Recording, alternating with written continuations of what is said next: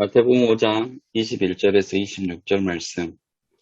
옛 사람에게 말한 바 살인하지 말라. 누구든지 살인하면 심판을 받게 되리라 하였다는 것을 너희가 들었으나 나는 너희에게 이르노니 형제에게 노하는 자마다 심판을 받게 되고 형제를 대하여 라가라 하는 자는 공회에 잡혀가게 되고 미라는 놈이라 하는 자는 지옥불에 들어가게 되리라.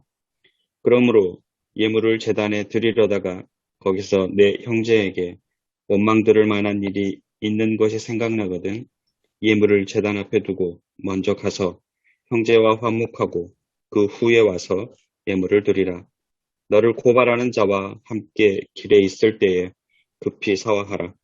그 고발하는 자가 너를 재판관에게 내어주고 재판관이 옥리에게 내어주어 옥에 가둘까 염려하라. 진실로 내게 이르노니 내가 한 푼이라도 남김이 없이 다 갚기 전에는 결코 거기서 나오지 못하리라. 마태복음 7장 1절에서 6절 말씀입니다. 비판을 받지 아니하려거든 비판하지 말라. 너희가 비판하는 그 비판으로 너희가 비판을 받을 것이요 너희가 헤아리는 그 헤아림으로 너희가 헤아림을 받을 것이니라. 어찌하여 형제의 눈 속에 있는 티는 보고 내 눈 속에 있는 들보는 깨달지 못하느냐. 보라, 내 눈 속에 들보가 있는데 어찌하여 형제에게 말하기를 나로 내 눈 속에 있는 티를 빼게 하라 하겠느냐. 외식하는 자여, 먼저 내 눈 속에서 들보를 빼어라. 그 후에야 밝히 보고 형제의 눈 속에서 티를 빼리라. 거룩한 것을 개에게 주지 말며 너희 진주를 돼지 앞에 던지지 말라. 그들이 그것을 발로 밟고 돌이켜 너희를 찢어 상하게 할까 염려하라. 아멘. 예, 6월 13일 성령 강림후 셋째 주일 설교 본문이고요. 산상수훈 세 번째 시간이죠. 12주 동안 산상수훈이 나가는데요. 우리는 서로 당신 덕분에 삽니다. 이런 제목을 붙였어요. 이 마태복음 5장 21절에서 26절 그리고 마태복음 7장 1절에서 6절 두 본문을 이렇게 같이 묶어서 본문으로 잡은 설교입니다. 이 정리하다 보니까 이 책을 가지고 정리할 게 그렇게 많지는 않더라고요. 그래서 그냥 뭐 책이 있는 걸 조금 이렇게 해봤는데요. 첫 번째 본문의 역사적 문학적 상황. 여기서는 앞에 마태복음 5장 21절에서 26절 이 분노에 대한 교훈하고 마태복음 7장 1절에서 6절 이 비판에 대한 교훈하고 이렇게 함께 묶어놨다라는 이런 이야기를 하고 있고요. 서기관과 바리새인의 그런 의보다 더 낫지 못하면 결단코 천국 들어가지 못한다는 마태복음 5장 20절 말씀에 이어서 이제 6개 반제가 쭉 나오는데 살인, 간음, 이혼, 맹세, 보복, 원수사랑 이런 부문들이 이어지는데 그 중에서 이제 살인을 다루고 있습니다. 그리고 기도와 금식에 대한 것들이 이제 그 6개 바리새인보다 더 낫지 않으면은 안 된다라는 것을 예를 들면서 그 가운데 이제 주기도문이 또 이제 나오게 되고요. 그리고 공동체를 위한 권면까지가 이제 서기관과 바리새인보다 더 나은 의를 강조하기 위한 것으로 이렇게 본문이 구성되어 있고요. 본문의 주석과 해서 첫 번째 이제 분노하지 말라라는 부분, 이게 두 부분이라고 아까 말씀드렸는데요. 첫 번째 본문이죠. 마태복음 5장 21절에서 26절. 거기 예수님께서 나는 너에게 권하노니 이렇게 말을 시작하면서 좀 강하게 어필하는 것으로 볼 수 있습니다. 살인하지 말라는 이 옛계명, 10계명 중에 6계명이죠. 살인하지 말라는 옛계명에 대해서 예수님은 분노하지 말라라는 가르침으로 어떤 대립적인 가르침을 주고 계시고요. 여기에서 뭐 여러 가지 뭐 욕도 나오고 뭐 여러 가지 나오는데 라마라는 이거 아람어의 음역이라고 그럽니다. 이 라마 뭐 바보 뭐 멍텅구리 뭐 일본말로 뭐 디꾸노보 뭐 이런 식으로 이렇게 사람을 비하하는 그런 말이죠. 뭐 또 형제에게 노한다거나 욕을 하는 그런 일들이 글쎄요. 뭐 어른들도 그 주의하지 않으면은 욕을 이렇게 자주들 사용하는 것을 보고 또 아주 상습적으로 그렇게 욕을 쓰는 사람들도 많이 있고 그런데 이 욕하는 게 뭐 대수냐라고 이제 생각할 수 있는데 이 욕이 어떤 인격을 비하하고 사실은 하나님께서 하나님의 형상으로 지음을 받은 우리 사람들이기 때문에 이 사람에 대해서 인격을 그렇게 모독하고 욕을 한다는 건 하나님을 모독하고 하나님을 욕하는 것과 같기 때문에 그것을 경계하는 말씀이겠구나 그런 생각이 들었습니다. 그래서 형제에게 노하고 욕을 할 때 무슨 재판에 넘기게 되고 공에 잡혀가게 되고 지옥불에 뭐 이렇게 해서 좀 점층적인 그런 기법으로 설명을 하고 있는 것을 이야기하고 있고요. 그 가운데서 이제 예물 봉헌 그리고 형제와 화해하는 것을 또 언급하고 있습니다. 이 분노하지 말라라는 어떤 금지적인 부정적인 형태의 교훈이 있었다고 한다면 화해 그리고 형제 사랑이라는 어떤 긍정적인 형태의 가르침 그런 교훈이 이제 나오는 거죠. 그리고 고소하는 자와 화해해라라는 그 말씀이 또 이어지는데요. 진실로 네게 이르노니 이렇게 예수님께서 이제 운을 띄우시면서 이건 어떤 은혜라도 기대할 수 없는 어떤 종말적인 심판이다라는 그런 측면에서 고소하는 자와 화해하라. 이거는 뭐 뒤에 보면은 보통 이 유대인들의 어떤 사상적인 배경에서 나온 것이 아니라 이방인의 어떤 사법제도에서 나온 그런 표현이라고 그렇게 이야기를 합니다. 뭐 하나라도 홀이라도 뭐 다만 일전이라도 갚지 않으면 거기서 감옥에서 감방에서 나올 수 없다라는 어떤 종말론적인 심판을 언급하고 있고요. 임박한 하나님 나라의 관점에서 전통적인 하나님의 법과 훈계에 대한 어떤 급진적인 그런 가르침이다라고 하는데 예수님의 급진적이다라는 표현이 조금 마음에 걸리기는 했습니다만 기존의 어떤 유대인들, 바리새인들, 서기관들이 가르쳤던 그런 교훈에 대해서 예수님의 교훈은 많이 앞섰겠죠. 근데 그 급진적이다. 요즘 우리가 사용하는 말이 좀 급진적이라는 말의 어감이 좀 그래서 그런지 급진적이라는 표현이 조금 별로 탐탁지는 않았습니다.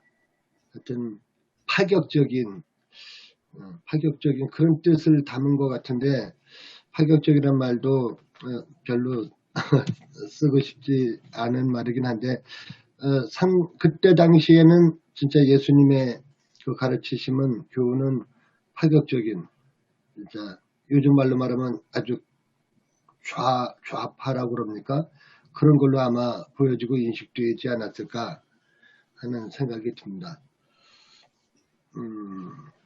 그럼에도 불구하고 그 형제라는 단어를 사용함으로써 이런 정말 지키기 어려운 그리고 정말 그 교회 공동체 안에서도 이런 문제로 늘 시비거리가 되고 오늘날의 교회도 뭐 당회하다가 싸웠다, 뭐 멱살잡이를 했다, 뭐 설교하다 무슨 끌어내렸다, 이런 진짜 불미스러운 일들이 있다는 이야기를 들으면서 야, 이게 뭐 어떻게 그런 일이 있을까 싶기도 하면서 이게 사람의 어떤 그 본성적인 것이 교회 안에서도 그냥 아주 뭐 이렇게 절제됨 없이 그냥 막 이렇게 해야 되는 그런 모습이 있다는 게 이게 참 가슴이 아팠는데 그럼에도 불구하고 뭐 형제라는 단어를 이렇게 반복적으로 쭉 사용을 하면서 적어도 부활하신 주님이 계시는 그 공동체에서는 앞으로 장차 이 마태가 이거 복음서를 기록하고 그때는 어려웠겠지만은 이건 뭐 예수님께서 부활하신다면 쓴 거는 맞네요. 어쨌거나 적어도 부활하신 예수님이 함께하는 그 교회 공동체 안에서는 그래도 실현이 가능할 것으로 그렇게 기대를 하는 그런 의견을 올려놨더라고요. 두 번째 본문은 비판하지 말라라는 마태복음 7장 1절에서 6절 말씀인데 1절은 비판하지 말라라는 어떤 권면을 주고 있고요. 이 비판이라는 이 단어의 그 단어의 뜻은 재판하다, 재판관으로 활동하다, 판단을 내리다, 뭐 이런 의미로 해석이 되는 단어라고 합니다.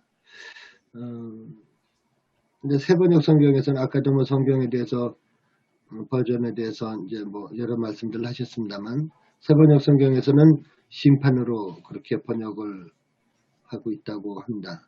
제가 뭐 직접 확인은 못했습니다. 누가복음 병행 구절에 누가복음 6장 37절 말씀이 있는데요.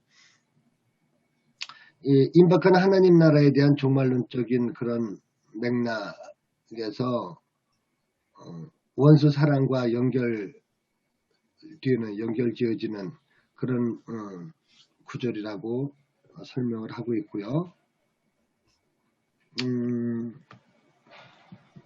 이 재판이나 어떤 상거래와 같은 일상적인 그런 우리의 삶과 연결시켜서 설명을 하고 있는 것입니다. 그래서 마태복음 18장에 나오는 무자비한 종의 비유를 연상시키게 되고요. 우리가 모두 다 빚진 자들인데 그 뎁스라고 그러나요? 그 어떤 우리가 우리에게 잘못한 사람을 용서해 준 것 같이 우리의 죄를 용서해 달라고 했을 때 누구나 다 그 채무를 지고 있는 거잖아요. 빚을 지고 있는데 다 죄인인데 우리가 용서를 선택적으로 한다거나 아예 용서하지 못하는 무자비한 그런 종의 모습이 우리 가운데 있기 때문에 그런 마음으로 그런 시각으로 남을 바라보고 남을 비방하고 비난하고 정죄하고 비판한다라는 것이 적절하겠느냐라는 그런 예수님의 가르침이라고 보여집니다. 3절에서 5절은 구체적인 예를 제시하고 있는데요. 1절과 2절에서는 2인칭 복수 형태로 너라는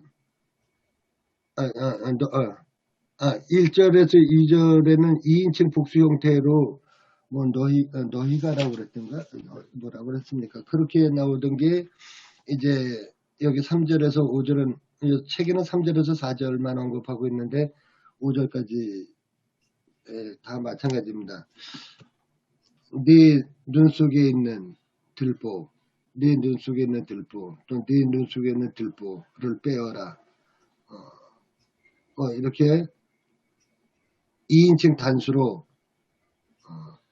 1절, 2절에는 너희라고 2절에는 너희라고 너희가 비판받지 않냐거든 무슨 뭐 너희가 비판받을 것이요 뭐 너희가 이런 식으로 복수로 했을 때는 받아들이는 사람 입장에서는 이게 책임이 분산되고 공동 책임이니까 우리들에게 하시는 말씀이구나 그런 무덤덤하게 듣고 있다가 3절, 4절, 5절에서는 네 눈 속에 있는 뭐 이런 식으로 너라고 직접적으로 2인칭 단수로 지적을 하니까 이 듣는 사람들이 아마 찔끔하고 놀랐을 것이다. 그런 말씀을 하는데, 사실 우리도 설교를 하면서 일반적인 보편적인 설교를 하려다 보니까 그런 경우도 있습니다만, 사실 어떤 교회 지적이라든가 어떤 그런 거, 사실 뭐 설교하는 자신도 죄인이고 하기 때문에 그런 것도 없지 않아 있습니다만,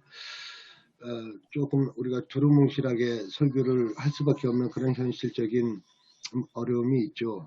근데 예수님께서는 너라는 2인칭 단수를 사용하시면서 듣는 이로 하여금 더 이제 자기 이야기로 듣게 그렇게 하셨다는 거고요.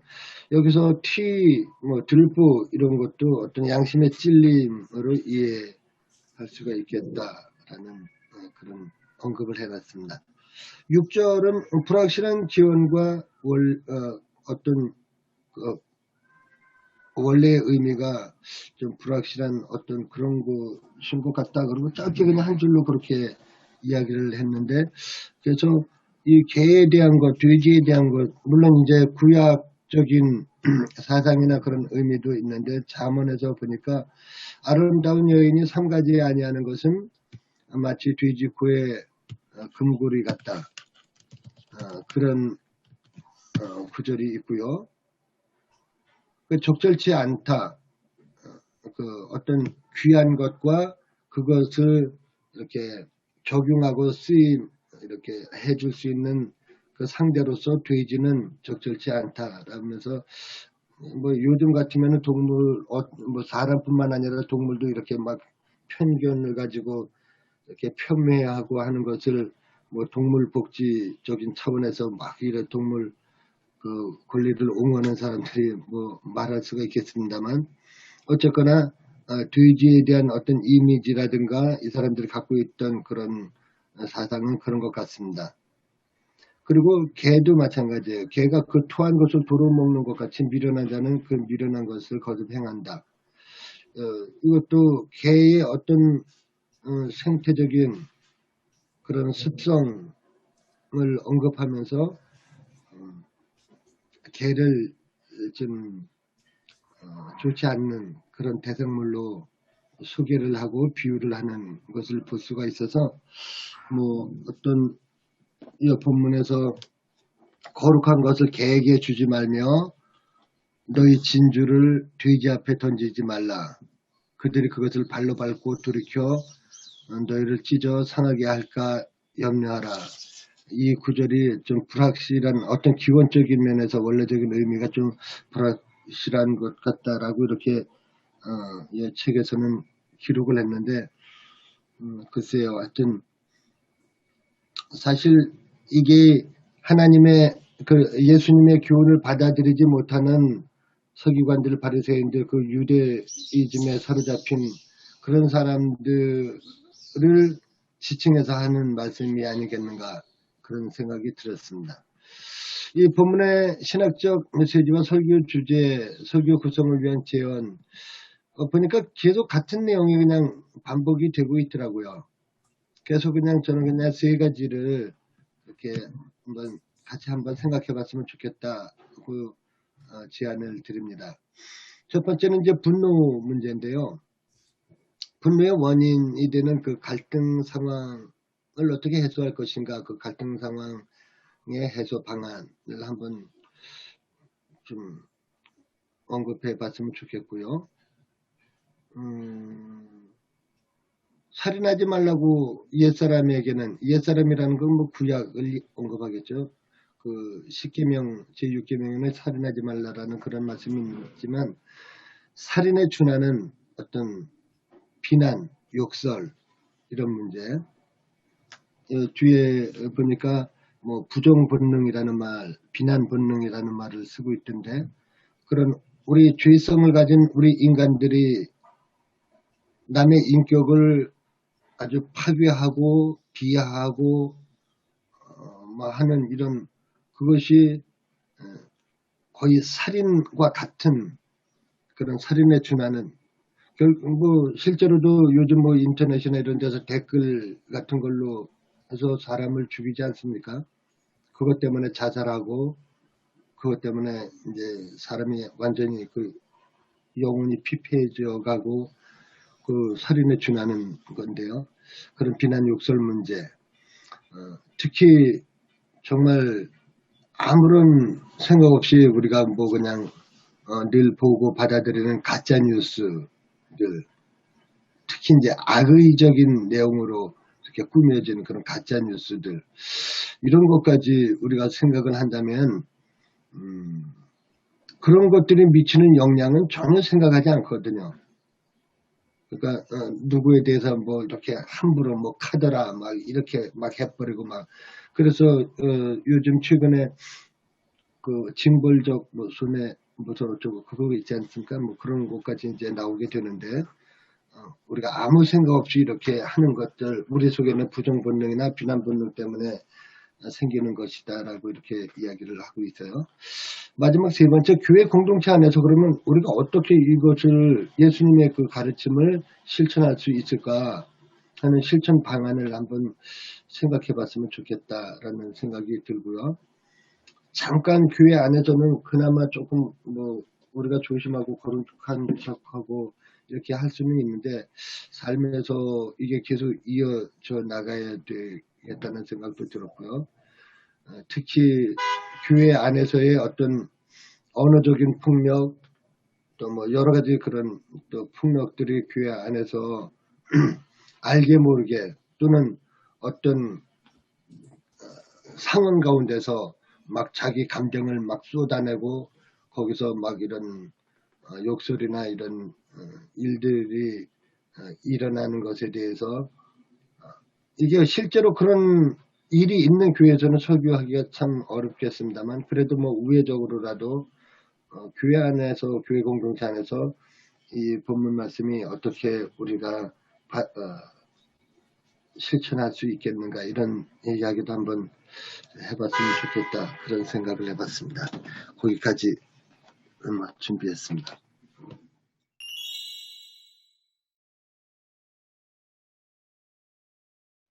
저도 어제 이 본문을 보면서 그 고민을 했거든요.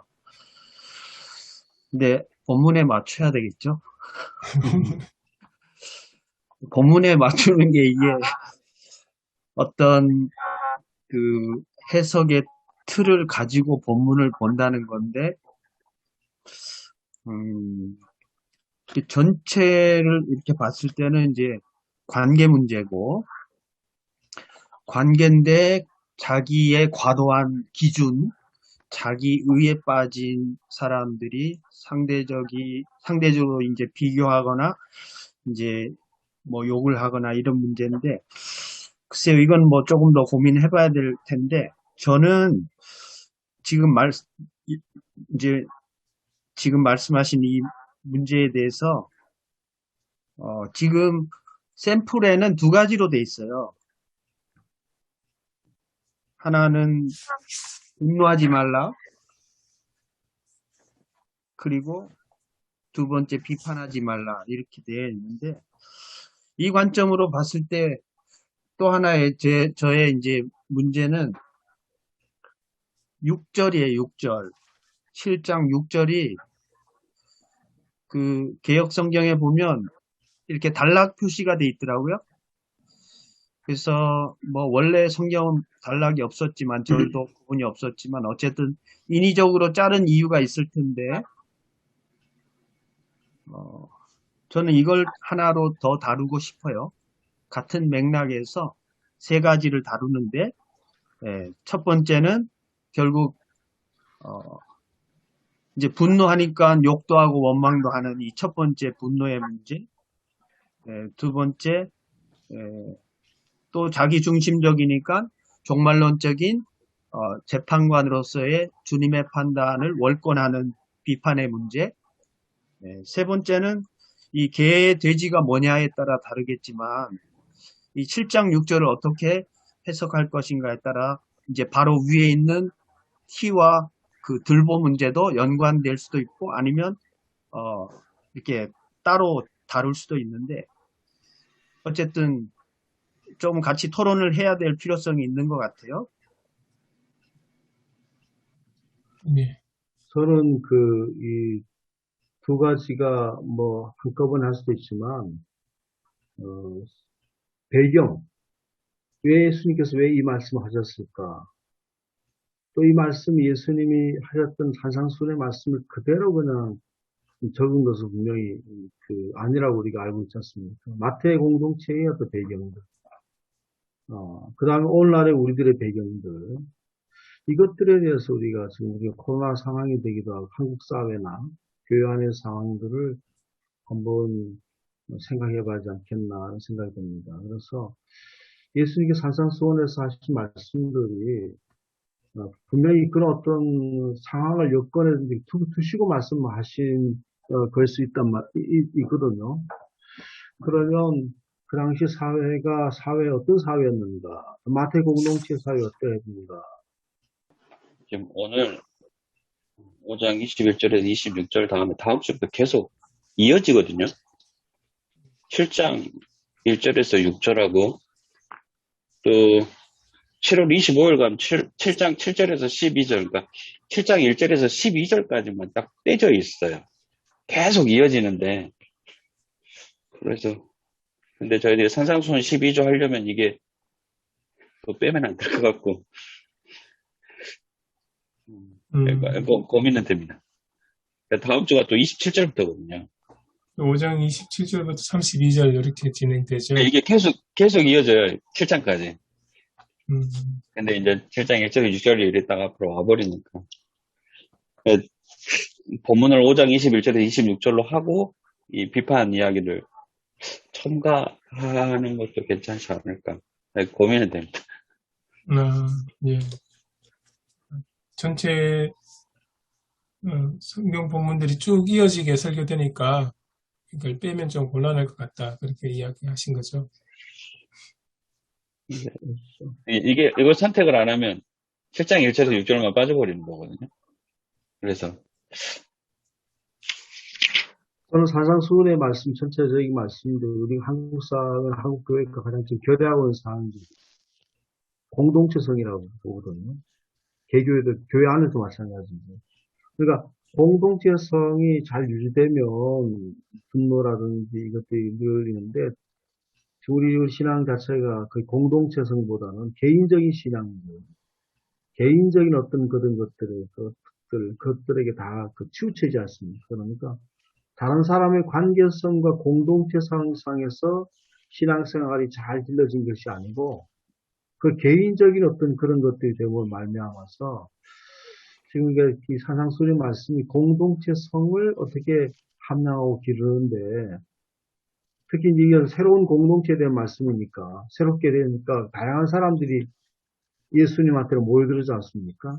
별별 사람들 그러는데 그 사람들 어떻게 공동체에 묶어낼까 하는 것이 예수님의 관심이 아니셨을까. 그래서 오늘 우리가 다양하고 복잡하지만 이제 이 사회도 지금 공동체성들이 많이 파괴되어 있지 않습니까? 그러니까 빈부의 격차가 굉장히 커진다든 양극화되는 것도 결국 공동체성들이 그만큼 공동체성이랑이 떨어지고 있다고 하는 걸 나타내지 않습니까? 그러니까 교회 안에서 우리가 갖고 있었던 회복될 것이 공동체성이 강화되는 것이 무엇보다도 교회가 해야 될 것이고 이전에는 그렇게 얘기했습니다. 보통 일반 사람들이 이제 그 사람들이 교회 사람들은 단합이 잘 된다. 교회 사람은 단계를 잘 되지 않냐 그런데 이 말도 옛말이 된 거예요.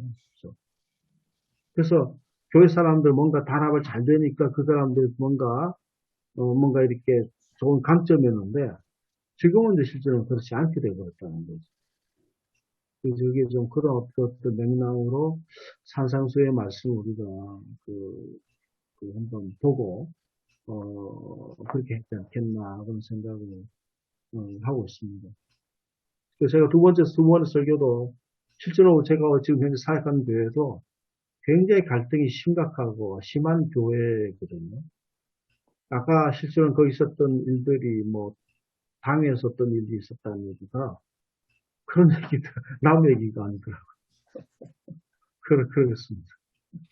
전에는 먼 남 얘기였는데 남의 얘기가 아니라 그러면 저는 그 천 목사님 말씀하신 거 앞에 하신 말씀하고 지금 하신 말씀을 연결시켜 보면 어, 예수님께서 이 말씀을 하신 배경이 무엇인가 한번 생각해 보자 하셨지 않습니까? 예, 예. 그러면 목사님 생각에는 그러니까 예수님께서 하나님 나라에 대해서 선포하시면서 새로운 하나님 나라의 공동체가 어떤 성향을 가져야 될지 거기에 대해서 말씀하시기 위해서 이 산상설교를 하셨다. 그렇게 이해를 할 수 있을까요? 저는 그렇게 이해를 지금 뭐 다른 부분이겠지만 이번 같은 경우는 그렇게 한번 이해해서 좋겠다는 그런 생각을 하고 있습니다. 그리고 그 당시 사회도 분노한 사회가 아니었을까요? 왜냐하면 로마라고 하는 그 어떤 그 압제받고 사회이기 때문에 또 로마에 협력하고 협조하는 그런 어떤 이 사람들 있지 않습니까? 사두개파를 중심으로 해서 결국은 또 바리새파 사람도 있고 서로가 비판하고 분노하는 그런 사회지 않습니까? 그냥 짐작만 하더라도 그다음 열심당원 같은 경우는 뭐 칼을 지니고 있고 언제라든지 요인을 암살한다든지 뭐 그런 어떤 비정상적인 사회라고 볼 수가 있다는 거죠.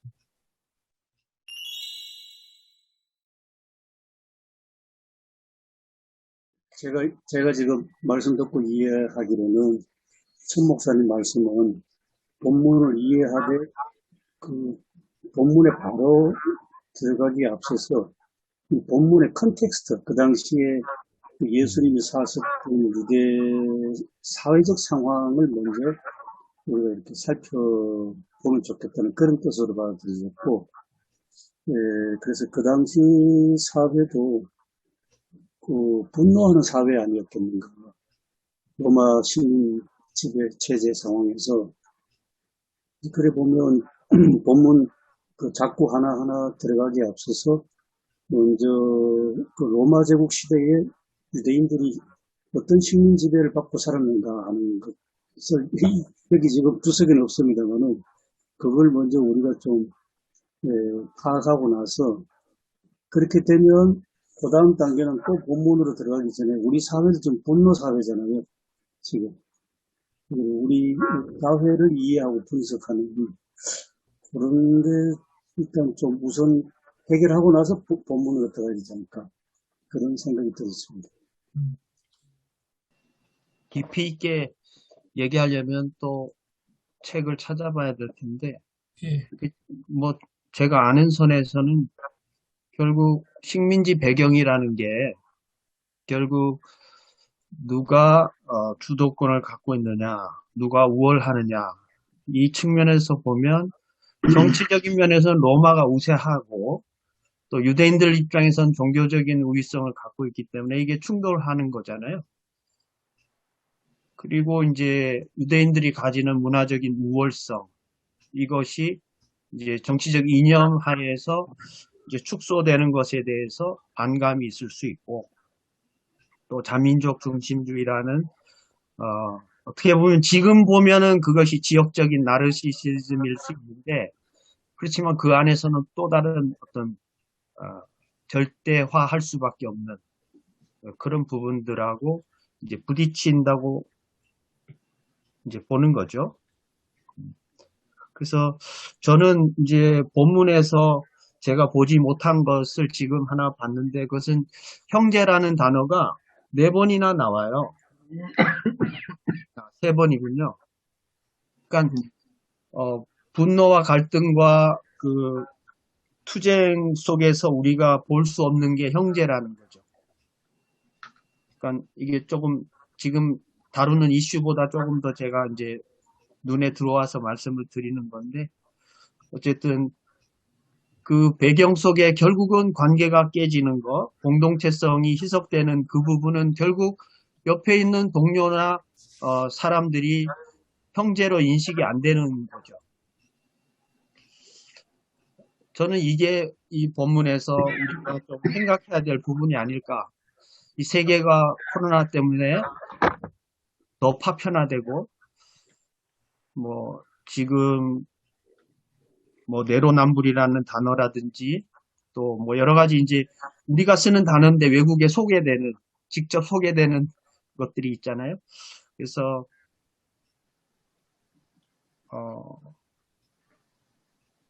이 식민지 갈등 구조 안에서 결국은 각자 생존, 뭐 적자 생존, 자기 생존에 급급해서 결국은 이웃이 아닌 경쟁 상대가 되고 비교의 대상이 되는, 그것이 결국 비교의식 속의 좌절과 절망을 이제 경험하게 하는 그런 게 아닐까라는 생각을 해봅니다. 이 산상설교 한 장소가 대략 갈릴리 지역 쪽이지 않습니까?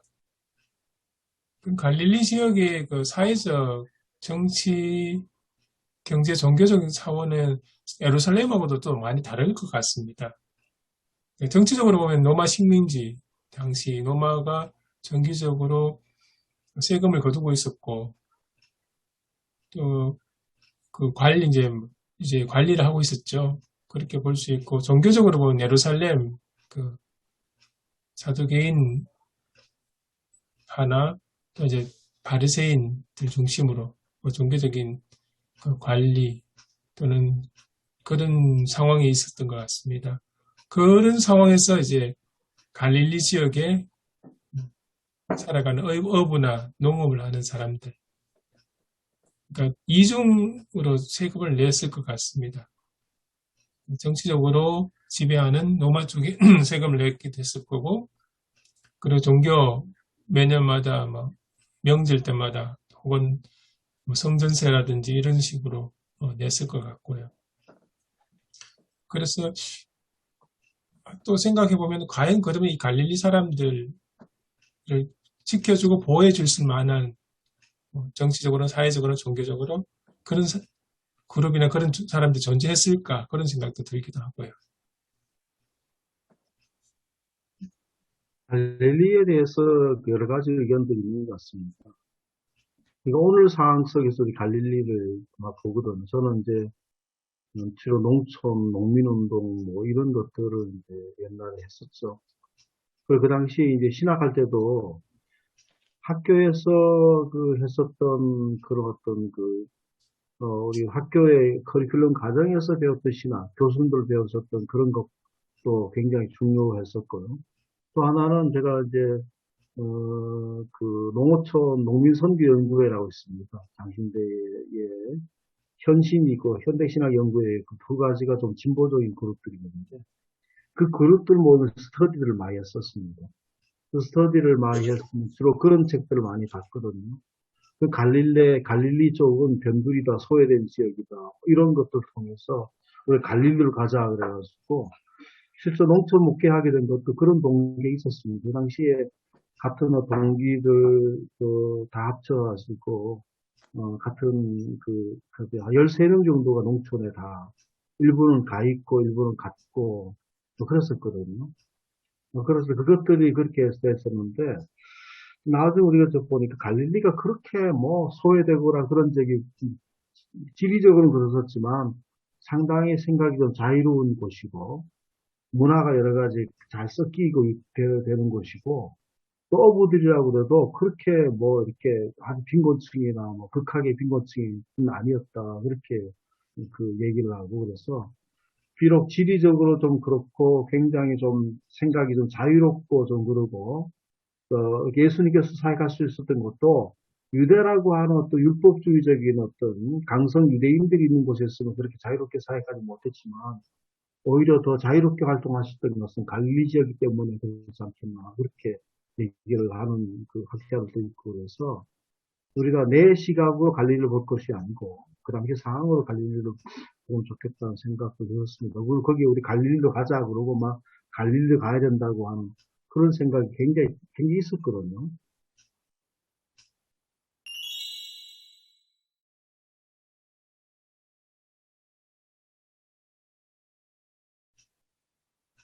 오늘 본문은 뭐 분노하지 말라, 비난하지 말라 이런 말씀들이 그때 당시의 시대적인 상황이나 어떤 뭐 그런 게 있겠습니다만, 이거 뭐 어느 시대나 다 적용이 되는 그런 말씀이라고 보고, 사실은 이 사람들이 그렇게 분노하고 뭐 욕하고 비방하고 비난하고 이런 것들이 그 심리학에서 보면 일종의 방어 기제가 아니겠습니까? 그러니까 삶이 너무 피곤하고 팍팍하고 정말 그런 어떤 어디에 뭘 풀어낼 수가 없으니까 막 욕으로 해대고 그 좀 잘 사는 사람, 고상한 사람들, 교양 있는 사람들 보면 막 아주 뭐 이렇게 뭐 삶에 여유가 있고 뭐 넉넉하고 뭐 다 하니까 그러겠지만 막 이렇게 뭐 영화나 이런 데 보면은 참 고상하면서 진짜 교양을 고상을 떨죠. 그러는 거 보면 참 살기 힘든 그런 우리의 삶에 대한 어떤 방어 기제로서 이게 욕하고 막 비난하고 막 그래야 남을 밟고 올라서야 자기가 그나마 이렇게 살아남을 수가 있고 자기 존재를 드러낼 수가 있고 하니까 그랬던 것 같은데 이게 자기중심적인 어떤 자기가 살아남기 위한 어떤 본능적인 이런 어떤 방어 기제로서 이런 걸 받아들이는 건데 사실은 다른 방어 기제가 없었던 거다라고 그렇게 생각이 들고 그런데 예수라고 하는 복음이라고 하는 이런 새로운 어떤 그 우리가 방어 기제로 우리가 활용할 수 있는 아주 좋은 그런 어떤 하나의 어떤 장치가 우리에게 주어졌고 소개되어졌고 다가오셨고 그래서 이제 너희들 뭐 욕하고 그렇게 막 그냥 해서 너네들 막 스트레스 풀고 그걸로 방어 기제 삼고 그걸로 남을 딛고 올라가고 남을 막 짓밟고 이런 거 하지 말고 용서와 사랑과 또 축복과 그 화해 이런 그 아름다운 그 예수님의 그 복음을 통해서 너희들의 그 뭐 이게 힘들고 뭐 어렵고 뭐 여러 가지 우리 삶이 다 그렇지 않겠습니까? 복잡하고 뭐 이런 모든 우리의 삶에 오는 모든 이런 것을 우리가 이겨내고 극복하고 오히려 그것을 통해서 더 수준 높은 아름다운 이게 우리 이 산상수훈의 전체 내용이 주제가 하나님의 나라거든요. 하나님의 나라를 이룬다고 하는 것이 결국 무엇이냐? 이 세상적인 뭐 욕하고 비난하고 뭐 노하고 분노하고 뭐 정말 살인에 가까운 이런 삶이 아닌 정말 하나님의 그 복된 나라 이것을 살라고 그 하나님의 나라를 이루라고 오늘 이 두 가지 말씀을 지금 하신 거잖아요. 그래서 그런 쪽으로 생각을 하면 정말 우리가 한 차원 높은 그런 신앙의 삶을 하나님의 나라를 이루는 그런 방법 이런 것을 우리가 찾을 수가 있겠다 그런 생각을 해봤습니다. 저는 이 본문을 이렇게 지금 들다 보니까 그 마태복음 5장 21절 22절은 유대 사람들이 그 당시 살아가는 사회는 로마 법에 의해서 살아가고 있구나. 왜냐하면 살인에 대해서는 관한 법은 유대인들을 다루기보다는 로마법에 의해서 다루게 되는데 그래서 이제 살인하면 이제 공회로 잡혀가고 이런 것들이 다 이제 로마법, 실정법에 의해서 잡혀간다고 생각되고 그 다음에 23절, 24절은 예물을 재단에 드리다가 하고 24절까지는 이거는 유대인들의 종교는 종교는 유대 종교니까 로마 제국이 그 유대인들의 종교에 대해서는 터치하지 않고 종교의 자유와 자율성을 주는 거니까 그 유대 사람들이 살아가는 두 개의 사회 정치적으로는 경제적까지는 로마 제국에 그리고 종교적으로는 유대교 안에서 살아가는구나. 이제 그렇게 좀 파악을 할 수 있겠다는 생각이 들면서 그런 시대 속에서 이 살인의 씨앗이 되는 분노 내지 마라 하는 것이 22절이고 그 다음에 23절, 24절에는 그 예물을 제단에 드리다가 형제에게 원망 들을 만한 일이 생각나거든 제단에 예물을 드리기 전에 먼저 화목해라 하는 요 구절은 정말 우리 눈에 들어온 것 같습니다. 예를 들어서 지금 바로 우리 사회로 들어오면 이 양극화 현실에 여러 가지 양극화죠. 가진 사람, 가지지 못한 사람, 또 농촌, 도시, 그다음에 지금 주거 문제, 온갖 지금 양극화 문제로 한국이 막 분노 사회로 시달리는데 그런 사회에서 특히 예물을 드리려거든 예수 믿는 사람들은 하나님께 예배 드리기 전에 내가 이 양극화 문제에 잘못하는 게 있으면 먼저 그 형제에게 가서 화해하고 해라는 말씀은 제사보다도 화해가 앞선다는 거 아니겠나 생각하니까 우리에게 굉장히 심각한 말씀이 된다 생각되고 결국은 그 화해가 이루어졌을 때는 결국은 형제로 회복된다는 관계성이 회복되는 저한테는 그런 본문으로 지금 들려오고 있습니다. 아까 제가 말씀드린 거를 좀 수정을 하려고 다시 보니까 이제 아까 형제라는 단어 3번이라고 그랬는데 그 네, 5장 21절부터 26절에는 4번이고요.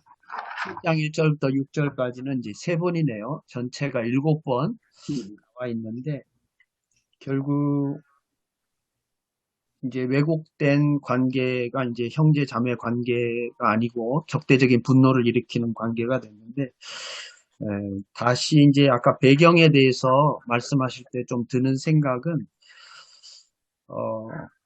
저도 이제 올해 처음으로 이제 국민연금을 들었는데 이 세금에 대한 문제 그 당시에 지금 말씀하신 대로 살인을 하면 실정법으로 로마의 이제 그 다스림을 받고 또 종교적인 자유가 있기 때문에 그 자유 안에서 이제 예물을 드리기 전에 이제 화해해라. 그러니까 종교적인 외적 행동보다 내면의 관계를 통해 내면을 통한 관계의 회복이 더 중요하다라는 말씀을 하기도 하는데 그게 이제 더 극단적으로 표현한 게 이사야서에 보면 예배 드리지 말라고 하시는 경우가 있잖아요. 예물 드리지 말라고. 그러니까 그 이면에는 결국은 외적인 행동으로는 종교적으로 행동하지만 실제적으로는 공동체가 와해되어 있고 관계가 상실되어 있고 뭐 그런 거에 대한 하나님의 그 애타는 마음 또는 분노가 거기 작용한다고 이제 보는데요. 다시 이제 제가 드리고 싶은 말씀은 제가 이제 자세히는 모르겠어요. 근데 그 영화 자산어부에도 그 이제 갓난 아기에 대해서 조세를 부과하잖아요. 세금을 부과해서 거기에 이제 분노해서 이제 막 살인도 나오고 하는데 예수님 당시에 사실 예수님은 세금을 내라고 하셨는데 근데 또 예수님은 지금 뭐 초기니까 좀 마음이 평안하신 것 같아요. 예수님이. 근데 이제 나중에 그 성전에 가셔서 막 뒤집어 버리잖아요. 그러니까 세금에 대한 그런 부분에 대해서 또 예수님 그 주변의 적대적인 사람은 예수님을 고발하기 위한 또 하나의 조건도 이 사람이 그 조세 저항자다. 계속 트집 잡거든요. 그러니까 이런 걸 보면 그 당시에 이 세금 문제가 지금처럼 굉장한 이슈가 되었을 가능성이 높은 거예요. 거기에 대해서 저항할 수 없는 사람들은 불가피하게 뭐 2중, 3중 과세를 당했을 가능성도 높고 그런 걸 생각해 봅니다. 아까 이제 배경이라는 그 이야기 결국 다 그 어떤 권력과 또 이제 그 권한으로부터 소외되고 주변성을 갖고 있는 사람들 입장에서는 계속 이제 어떤 피해의식 거기에 대한 좌절에 대한 뭔가 이렇게 저항하고자 하는 속안에 골마 터진 그런 한스러움이 있었지 않았을까 그런 생각을 이제 해보는 거죠. 대표적인 경우로 누가 보면 사개오 같은 세무 공무원 아니었어요. 이게 결국은 고린도서 5장 17절 말씀 까지 쭉 이어지는 것 같아요. 이게 옛사람에 대한 그런 교훈, 뭐 이런 거, 우리가 기존에 가지고 있던 우리의 어떤 상식적인 그런 거, 뭐 다 있지만은, 그러나 이제는 그리스도 안에서 새로운 피조물이 되었기 때문에 이 하나님의 나라라고 하는 것은 어떤 옛날에 우리가 가지고 있던 그런 인식적인 그런 사고, 그것이 아니라 여기는 아까 그 책에서는 무슨 표현을 썼습니까? 아주 뭐 급진적인 어떤 그런 가르침이라고 그랬는데 엄청 그 상대적이고 막 정반대적인 것 같이 그렇게 이야기를 했는데 반대적인 것이 아니라 새로운 것이다라고 저는 생각을 하거든요. 그래서 이 그리스도 안에서 새로운 피조물이 된 그런 삶을 우리가 살아야 한다라는 그런 말씀으로 받아들여집니다.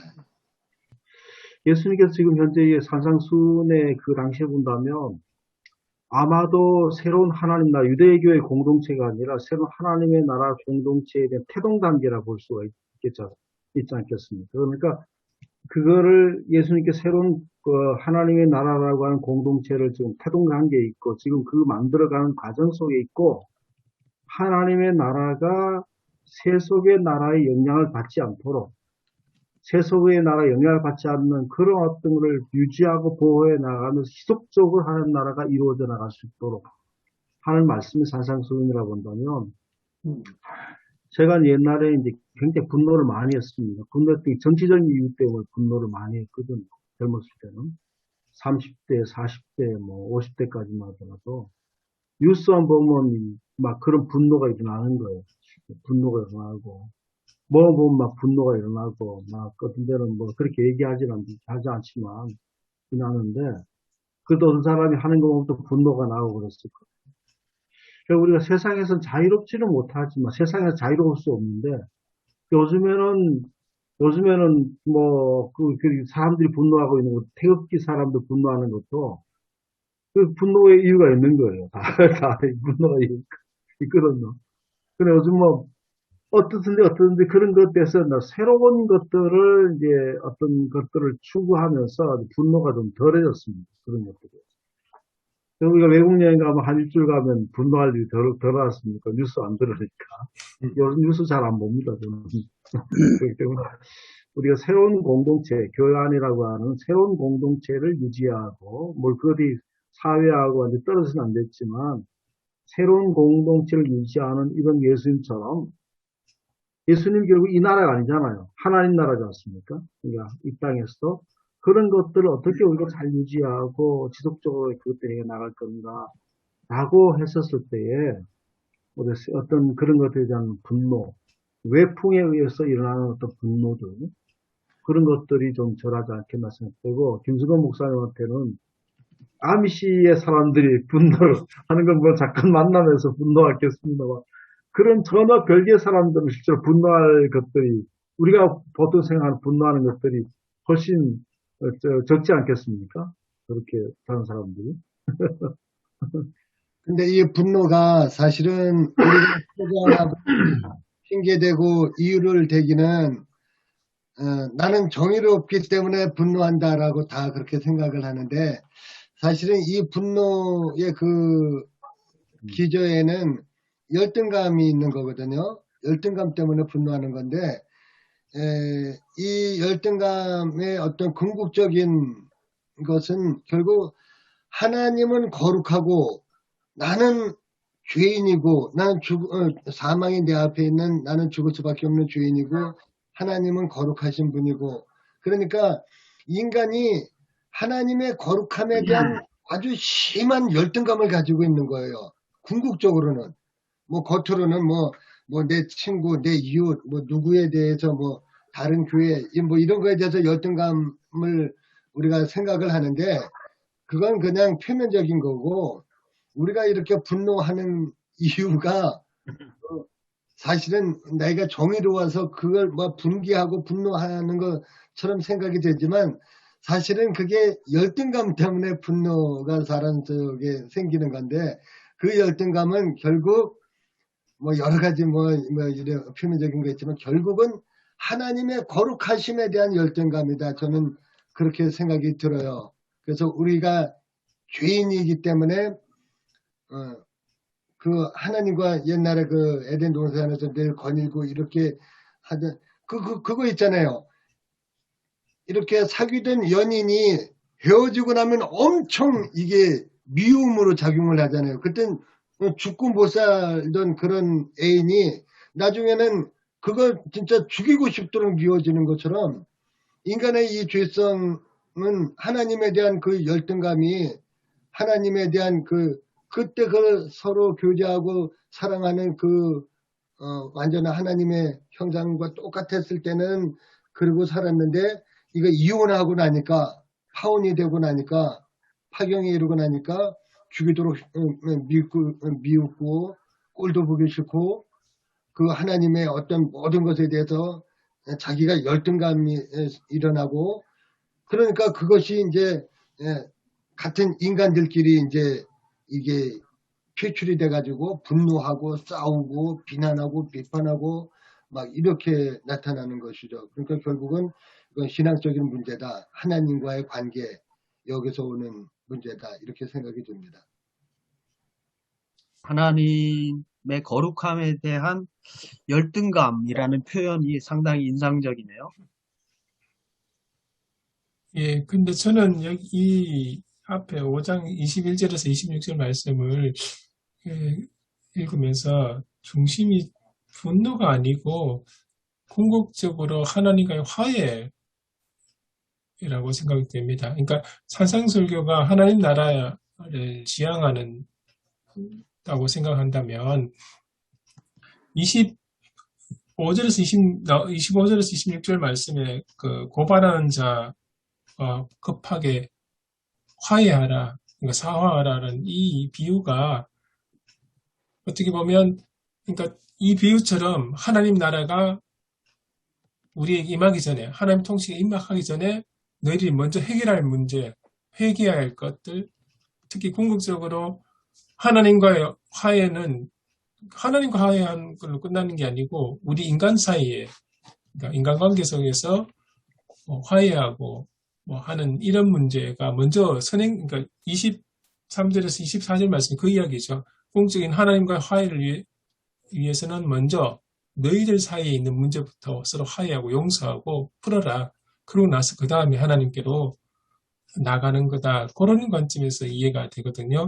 그래서 이제 아까 김승곤 목사님께서 말씀하셨던 이야기도 그 예수님 마태복음 9장 13절에 내가 긍휼을 원하고 제사를 원치 아니한다. 그 말씀도 그런 맥락에서 이해가 될 것 같습니다. 궁극적으로 하나님을 섬기고 하는 것이 맞지만 제의적인 이런 예배나 그런 관습보다는 하나님께서 원하시는 하나님을 섬기는 자가 해야 할 마땅한 것들, 이웃과의 화해, 그리고 이웃과 더불어 하나님께 나아가 하나님을 섬기는 그런 관점에서 볼 수 있습니다. 그렇게 본다면 그 21절에서 나오는 살인하지 말라는 그 말씀, 과거에는 계명으로는 그냥 사람 죽이는 것, 이런 행위라만 생각했지만 예수님은 그 앞에 한 걸음 더 나아가서 노하거나 분노하거나 욕을 하거나 이런 멸시하는 그 자체도 이웃과의 화해, 궁극적으로 하나님과의 화해로 나가기 위해서는 전혀 도움이 되지 않는다는 그런 관점으로 이해할 수 있을 것 같습니다. 그래서 제가 보기에는 5장 21절부터 26절 말씀은 그러니까 하나님의 통치가 곧 임박했으니까 예수님은 이미 이해했다고 그렇게 이야기까지 하셨는데 더 늦기 전에 너희 이웃과 화해하고 하나님께 나와라. 이런 말씀을 하시고 싶었던 게 아닐까 그런 생각이 들었습니다. 최 목사님, 교수님 말에 동의하면서 저는 한 단계 더 나가고 싶거든요. 저는 제일 처음에 이거 예배와 강단, 이 순서, 본문 순서가 왜 이렇게 돼 있을까? 제목들이 왜 있을까? 제일 처음에 이해가 잘 안 됐거든요. 근데 이제 하면 할수록 저는 지금 계속 성령 강림주일 지난 다음에 예수님의 산상수훈 이야기가 되어지고 있잖아요. 그래서 보면서 우리의 마음을 비우고 하나님을 보면서, 그러니까 어떻게 보면 지금도 하나님의 나라를 이야기하고 있지만 하나님의 나라는 공동체잖아요. 절대 혼자 이룰 수 없는 그런 거. 그러면서 혼자 이룰 수 없기 때문에 다른 사람들을 살인하거나 분노하며, 그러니까 이 살인이라는 게 지금 분노하고 비판을 이야기하고 있잖아요. 그래서 산상수훈을 하나로 통으로 보면 7장도 분명히 이 분노와 비판을 하나로 묶어가지고 사람을 분노하며 비판하지 말고 정말 우리 한 형제라는 거. 김승호 목사님 형제 7번 지금 나온다고 이야기하는 거. 우리가 형제라는 거. 그리고 우리가 지체라는 용어를 많이 쓰잖아요. 그래서 하나님의 나라를 이루기 위해서는 서로 분노하고 비판하는 게 아닌 하나의 공동체로 이해하고 하나의 형제고 지체고 사랑의 대상임을 이야기해야 된다. 그래서 오늘 제목도 우리는 서로 당신 덕분에 삽니다가 하나님의 나라를 이루기 위해서는 절대 혼자 이룰 수 없거든요. 그래서 하나님의 나라를 위해서 분노하지 말고 비판하지 말고 그들을 사랑의 대상, 이게 하나님이 원하시는 건 저희들에게 보여줬던 사랑을 그들에게 보이는 거잖아요. 그래서 사랑의 대상으로 그들을 바라보아야 되지 않을까라고 생각을 합니다.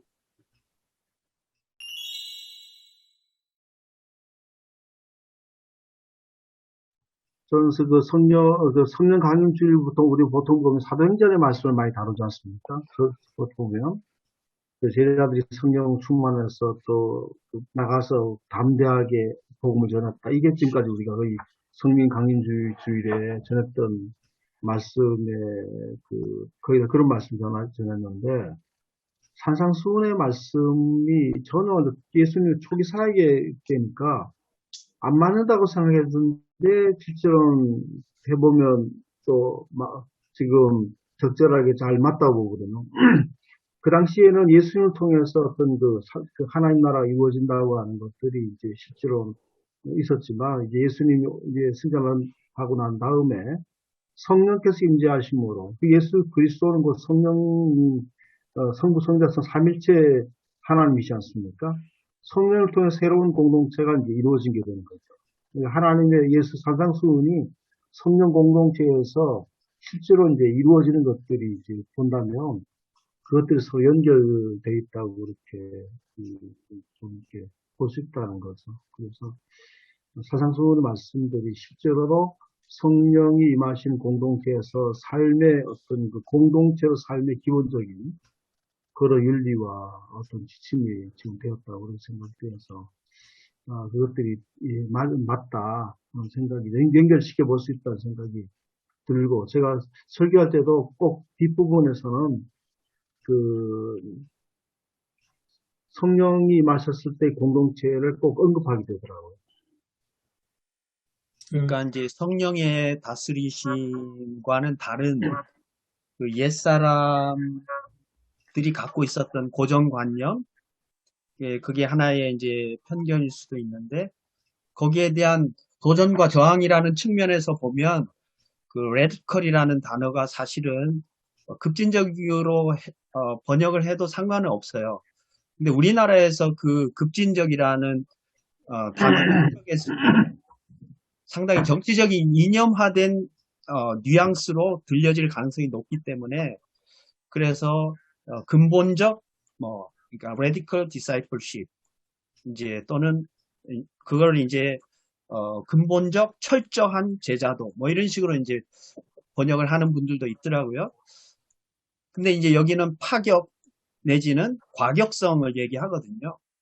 이게 결국 기존 체제 안에 안정화되기를 원하고 안전지대 안에 익숙해져 있는 사람들에게 하나님 나라의 새로운 질서를 부여하고 도전하는 측면에서는 사실은 굉장히 급진적인 성격을 갖고 있는 거죠. 그러니까 그런 면에서 이제 이제 안티테제가 다 그런 면이죠. 더 본질을 꿰뚫고 우리가 피상적으로 행동하고 있는 그 모든 삶의 방식에 대해서 아니라고, 그건 아니라고. 지금까지 해왔지만 그건 하나님 입장에서 보면 아니라고. 그냥 거기까지는 비판일 수 있는데 예수님은 한 단계 더 나가셔가지고 새로운 삶의 질서를 이제 부여해 주시고 이게 이제 놀라운 거죠, 사실은. 이게 생각도 못한 너무나 좀 과격한, 지금도 이거를 문자 그대로 실천은 할 수가 없잖아요. 그러면 이게 뭔가에 대한 이제 해석과 적용이 현대인들에게 또 우리 회중들에게 사실 필요한 이제 접점일 수 있고, 이게 그 6가지 이제 반제 그거가 이제 시작되잖아요. 근데 그것만 모아놓은 게 아니기 때문에 다음 주일은, 그러니까 다다음 주일은 또 그 부분적으로 또 나오기 때문에 이걸 개괄적으로 처음에 좀 설명하는 것도 나쁘지 않겠다라는 생각 해봅니다. 김성곤 목사님 그 말씀을 그대로 받아서 그 이렇게 오늘 얘기된 거 보면 예수님은 지금 기성 질서 안에 안주하는 것이 아니라 새로운 질서를 말씀하시는데, 그 새로운 질서는 이제 하나님 나라, 하나님 나라의 새로운 질서는 그 살인의 원인이 되는 분노도 하지 마라, 이제 그렇게 말씀하셨는데, 그런데 이제 그 해석의 역사를 이렇게 지금 기억해 보니까 서빙글리 종교학자 서빙글리는 아유 사람이 분노 안 내고 어떻게 살아가냐, 불가능한 거죠. 너무 라디칼한 거예요. 너무 불가능하다. 그래서 너무 과격하고 너무 절대적인 그런 말씀이라서 도저히 우리는 그걸 실천하기가 불가능한데, 왜 그러느냐? 원인은 여전히 사람은 죄인으로 살기 때문에 그렇다는 거죠. 죄성 때문에. 그래서 그러면 뭐 여기서 뭐 포기하진 않고 어떻게 하면 되느냐 하니까 서빙관리는 단계론을 이야기합니다.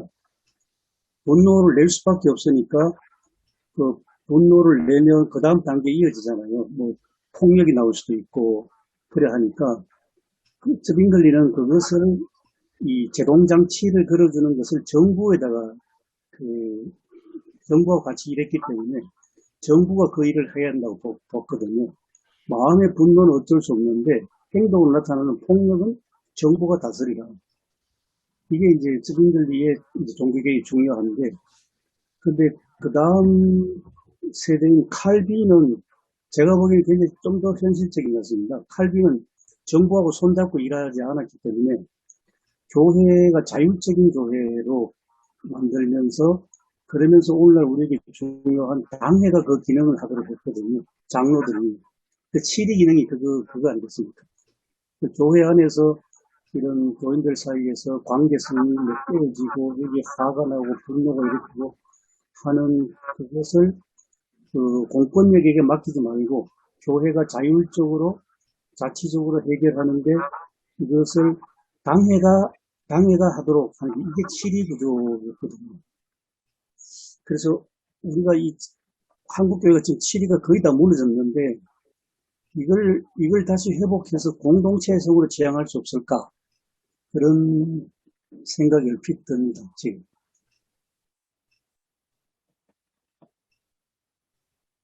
한 가지 그 말씀은 김성호 목사님하고도 연결되어 있지만 실제로는 레디컬이란 말이 근본적이라는 단어지 않습니까, 원래.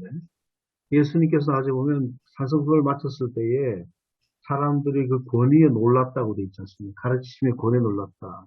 이 권위라고 하는 것이 뭐 예수님 무슨 뭐 파워가 있다든지 그런 것이 아니라 전혀 다른 어떤 것들을 말씀하시니까, 오늘 우리의 그 교회의 권위가 어디죠? 교회가 지금 우리가 지금까지는 교회의 어떤 영향력과 어떤 권위가 수가 많고 재정이 많고 무슨 일을 많이 하고 교회가 크고 선교사를 많이 보내고 막 이런데 우리가 어떤 교회가 세상과의 다른 어떤 권위라고 하는 것들을 허상을 신봉하고 있었다는 거죠.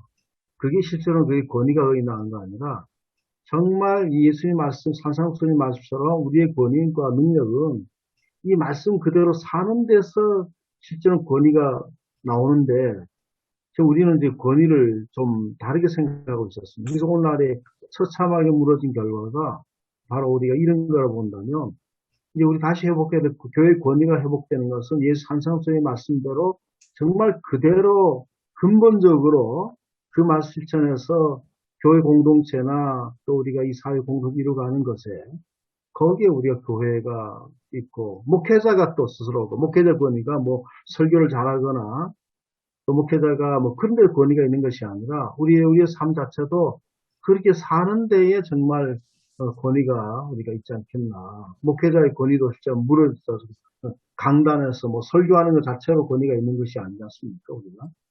똑같은 인간일 뿐인데, 똑같은 그리스도인인데, 내 직위가 권위가 있는 것도 아니고요. 우리가 그렇게 삶에서 진짜 어떤 그 예수님의 갖고 계신 권위를 회복해야 되지 않겠나. 그런 생각이 이제 듭니다. 그러니까 급진적이라는 그런 어떤 제 생각 같습니다.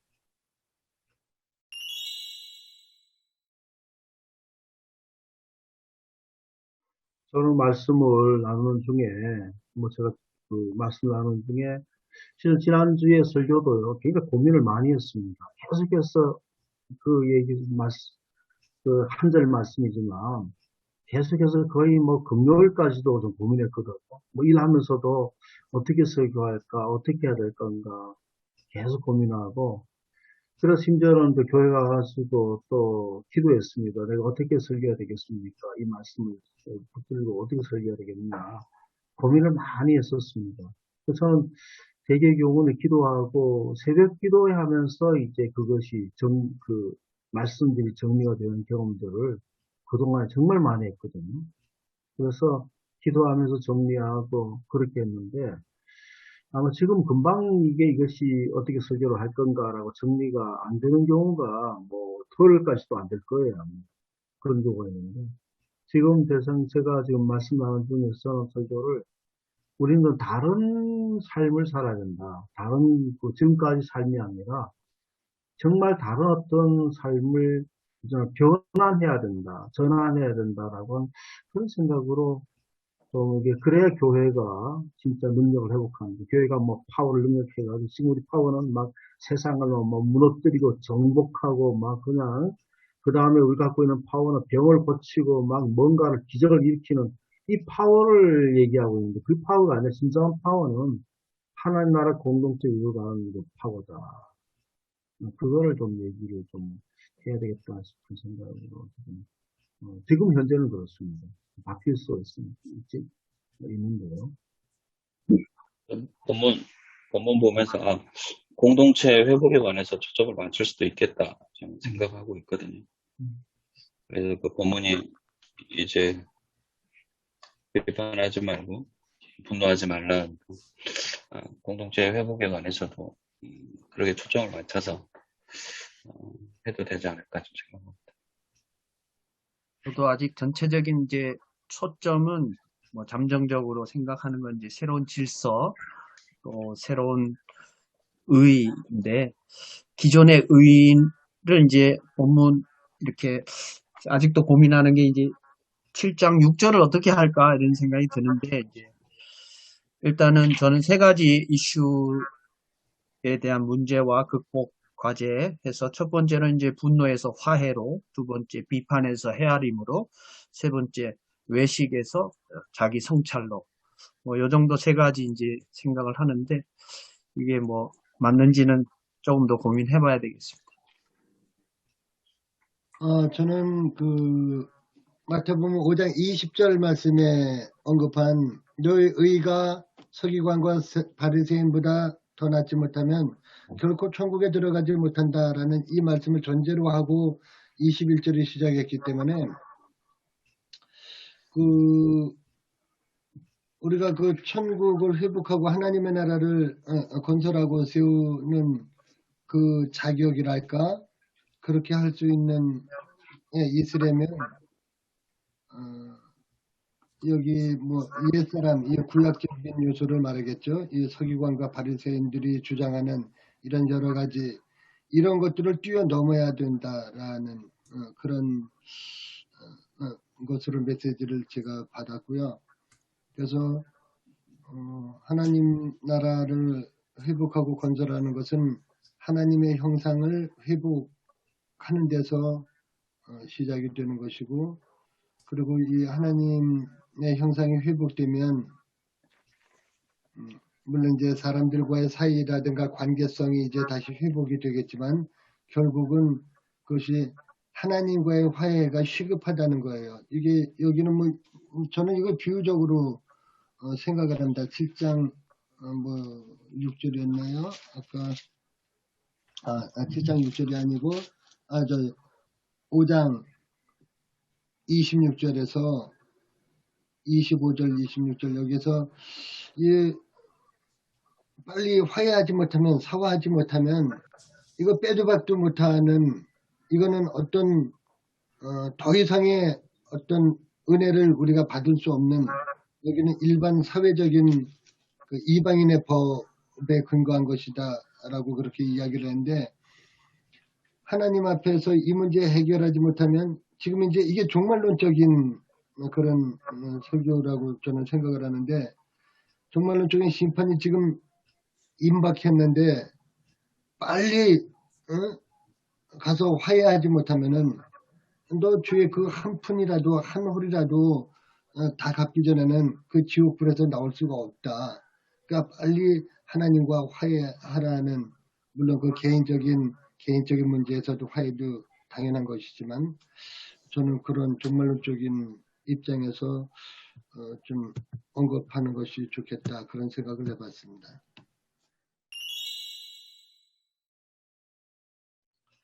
은혜로우신 하나님 아버지 감사합니다. 오늘도 말씀으로 우리가 함께 나누게 하시고 또 이 말씀을 어떻게 전해야 되는지 또 심각하게 또 거룩한 고민을 가지고 의논하면서 주님의 그 뜻을 구하게 하심을 감사합니다. 한 주간 동안 살아가면서 이 말씀이 우리 마음속에 강하게 또 찔림을 받게 하시고 깨닫게 하셔서 또 하나님께서 맡겨주신 우리 성도들에게 잘 전할 수 있는 은혜를 더하여 주시옵소서.